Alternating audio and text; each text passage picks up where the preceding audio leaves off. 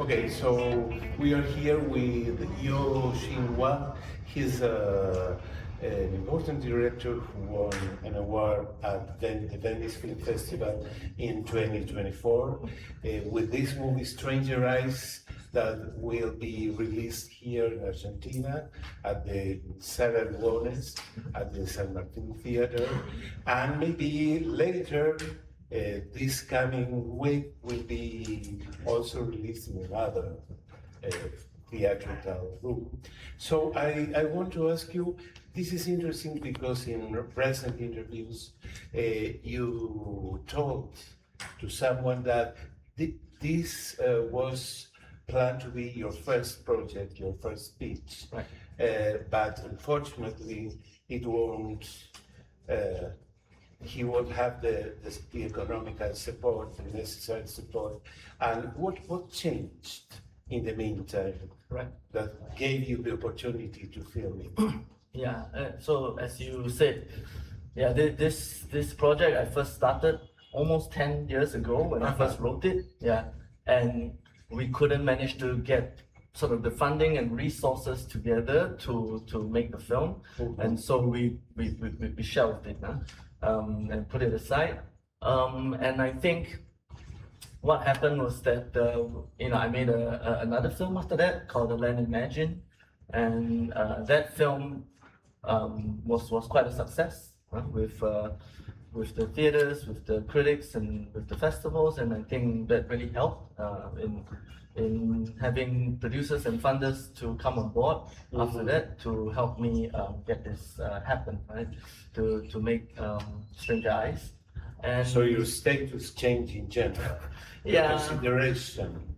But I think there's also something important about how maybe the topic of surveillance was a little bit too sensitive earlier on for some funding bodies to really support this film 10 years ago.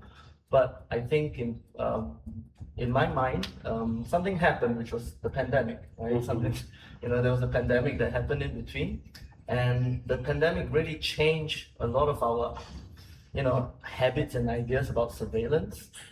Before the pandemic, people were a lot more worried about privacy.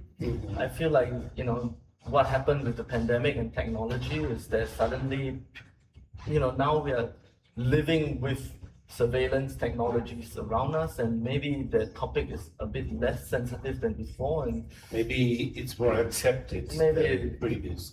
Talking about your previous film, An Imagine Land, I don't know if you know that at Netflix platform you can watch it. Yeah. He's on air for 7 consecutive years. Right. By the way, what do you think about that kind of platforms and the cinema in general? The issue with platforms has been an ongoing concern because now people maybe go less to the cinema than the platform, and people who make films for big screen like myself, it's always been a bit like worried that people are not coming to the cinemas to see. But at the same time, it is also the thing that has the most reach, right? I mean, I would never have imagined that a film from Singapore would be able to be seen in Argentina, right, or anywhere else in the world, if not for the fact of streaming, like platforms like No, Netflix. of course, I yeah? agree with that, but Yeah. in general, the criteria of these platforms is a little bit particular if you think about the author's cinema in general. I mean, honestly, it's hard to read what the platforms want. It's hard to understand what the criteria are. Yes. Like my films, they're quite author type cinema, maybe not the most conventional commercial cinema, but at the same time, they also took my film, and that was not what we were expecting at first. So it was a pleasant surprise, but at the same time, we also understand that it's not you are not going to find so much fare of all the cinema, right, on platforms like Netflix. Going back to this film, Stranger Eyes, I know that many people found the comparison with some of Hitchcock's movie called Rear Window. Mm-hmm. What do you think about that? I think this is, for me, I have some scenes that are sort of almost a tribute to Rear Window. I mean, Rear Window is a really important film for surveillance and voyeurism in general. It's kind of like a granddaddy of surveillance voyeurism thrillers, right? So yeah, I think if you see the kind of reference to it in my film, it's there, right? Okay. Yeah. So you casted a very important actor from Thailand Lian movies. Why did you do that? This is something that even when I was writing the script, Li Kang Shen, imagined him? yeah, I imagined him. For me, it was almost a no-brainer. It was like I wanted a silent voyeur, and I think Li Kang Shen is the perfect choice. And you if you understand his body of work, he is always having sort of minimal dialogue, but he has this power in his eyes and his gaze, and that is really, really strong in all his movies. And so for me, if I wanted to cast a voyeur, someone with that kind of powerful gaze. Okay. You also told in present interviews that you have a very free style, that you respect every internal process in every actor, so you don't intervene so much. Why is that? I mean, I intervene in the way that to make coherence between the different actors. For me, that's really important, right?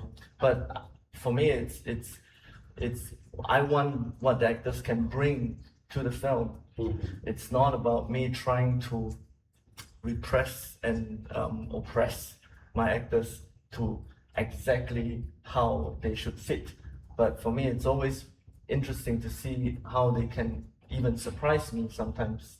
So I really like this. And does it happen? They surprised you? All the time, actually, fun. all the time. Yeah. And it's very wonderful. For me, it's really fun as a process to work with actors that also bring different things to the table for me. So tell me, what do you expect from Argentinian people in general? Have you heard of them? What are your thoughts about the possibility of being with your films, loving them in Argentina? in Argentina? I hope they enjoy the film. I hope they can resonate with the film. Of course, Singapore and Argentina are very different societies, right? And it would be very interesting for me to know how Argentinian audiences can relate to my films. Yeah. Anyway, there are very common points between your films and in general society. For example, the loneliness or surveillance. There are a lot of topics that you develop in this film that we can agree with it. We can be identified with all that topics. I hope so. Yeah. So I wish you good luck here, and I hope to see you sometime, maybe very soon. Yes. Thank you Thank you. very much. Thank you. Bye-bye. Bye.